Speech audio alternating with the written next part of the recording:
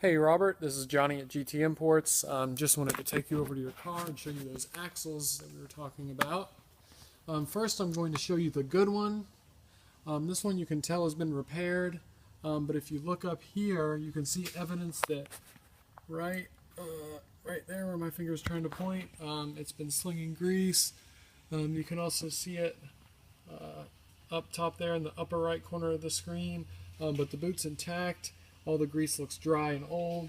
Now, if we go over to the right side, you can see, let me just orient this camera, you can see fresh grease. You can see the sheen of it right there.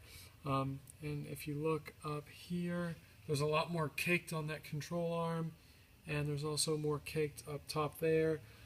So these look like they've been done. They are aftermarket. But that leak is going to allow dirt to get in there and once again ruin the axle, which is why I'm recommending replacing this piece, because the leak's in its early stages. As you can see, some grease is getting out, but it's not too severe. You can see a big puddle of it right there. So that's it, and I'll keep you updated.